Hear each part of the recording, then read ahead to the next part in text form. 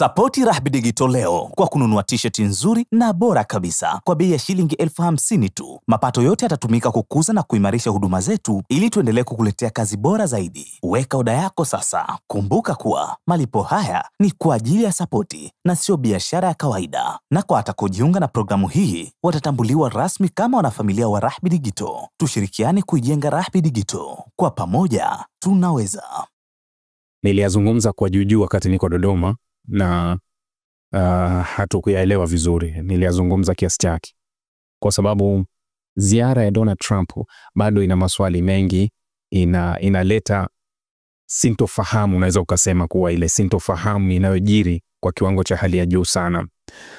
Wakati Trump anatembea bila ya kuwa na Israeli au bila kuwa na wawakilishi wowote wa Israeli kwenye ziara yake, lakini unaona kuwa vyombo vya habari au ulimwengu unafichua yaliyojificha nyuma ya ziara ya Donald Trump. Trump anatembea kama yeye ndio mwakilishi wa Israeli.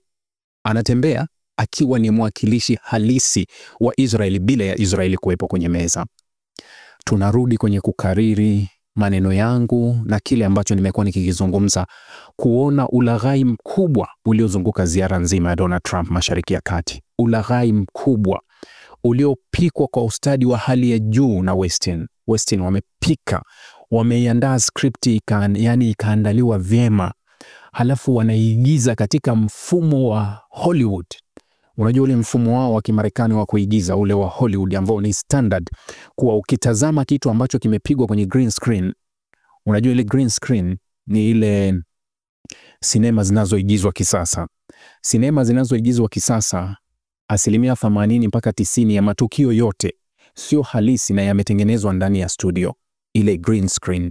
Yani studio moja, kila kitu kinafanyika mle, halafu baadaye wanakuja wanatumia ile AI, akili mnemba, artificial intelligence, akili bandia, inakuja kuanza kupachika vitu. Sasa baadaye ukija kuitazama ile film, unakaa unajiuliza mara tatu, jamaa aliigiza kweli kweli, alikuwa wapi? Hajatoka hata nje ya eneo, yani nje ya studio hajatoka, kwa sababu kila kitu kimetengenezwa ndani ya studio kwa uwezo na ubora wa hali ya juu sana kwa kutumia AI.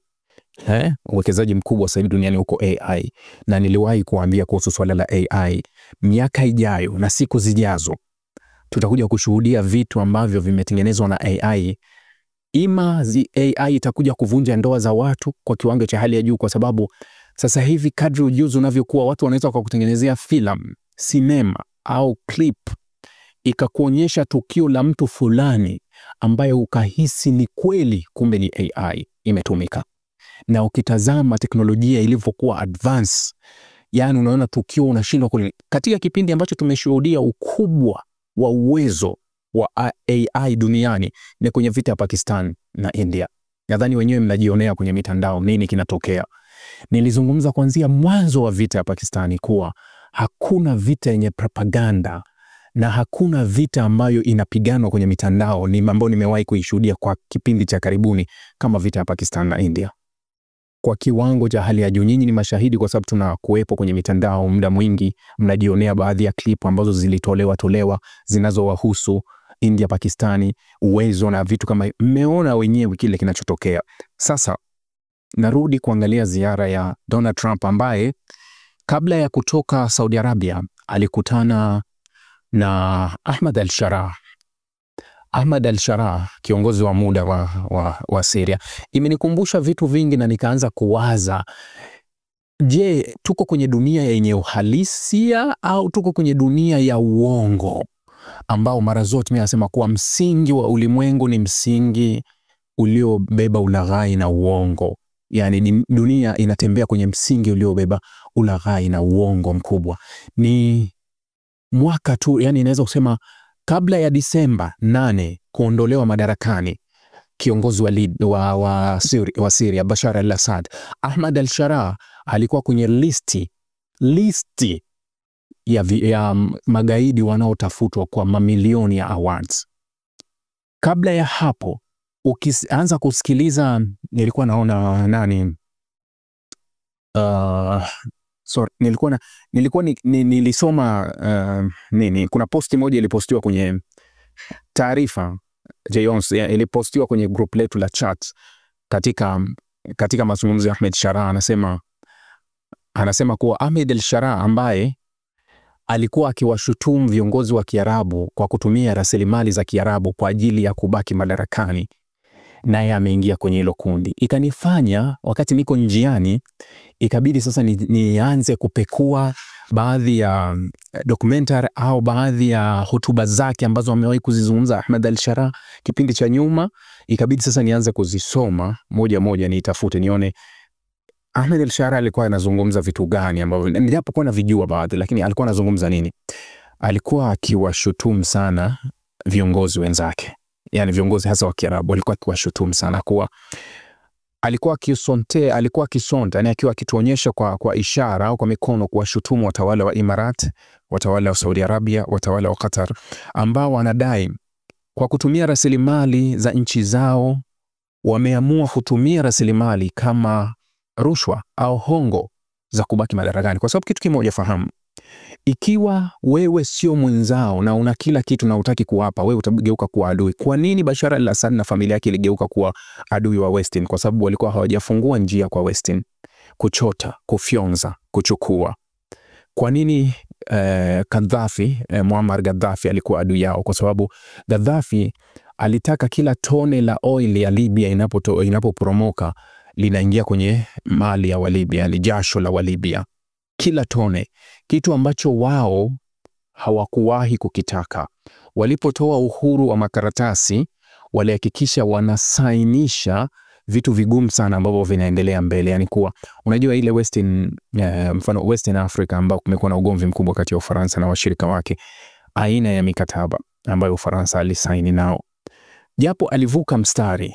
Unajua hawa wenzake, mfano Western wenzake waliotawala makoloni yao, ikiwemo sisi kama Uingereza na wakoloni wengine, kidogo walitoka nje ya Ufaransa.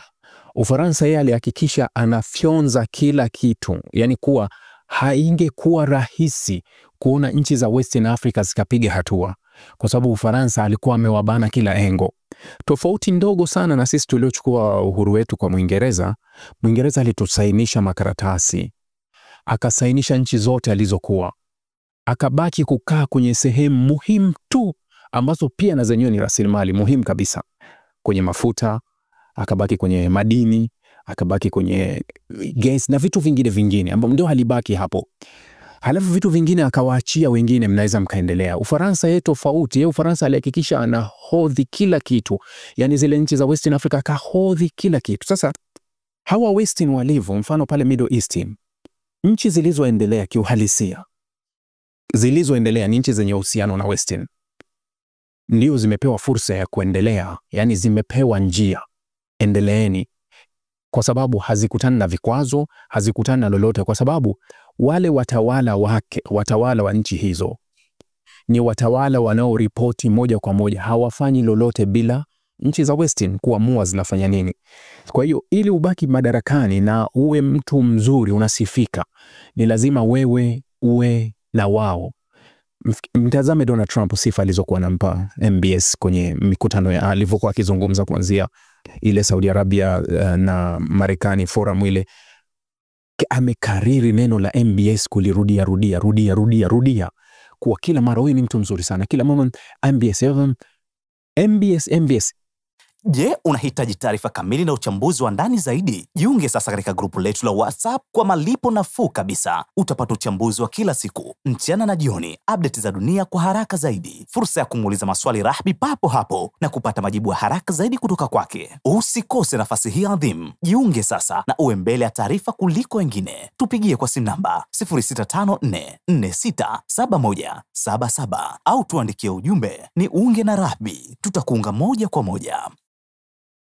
Sapoti Rahby Digital leo kwa kununua t-shirt nzuri na bora kabisa kwa bei ya shilingi 50,000 tu. Mapato yote yatatumika kukuza na kuimarisha huduma zetu ili tuendelee kukuletea kazi bora zaidi. Weka oda yako sasa kwa WhatsApp namba 0672476301 au 0654467177. Kumbuka kuwa malipo haya ni kwa ajili ya sapoti na sio biashara ya kawaida. Na kwa atakaojiunga na programu hii watatambuliwa rasmi kama wanafamilia wa Rahby Digital, tushirikiane kuijenga Rahby Digital. Kwa pamoja tunaweza.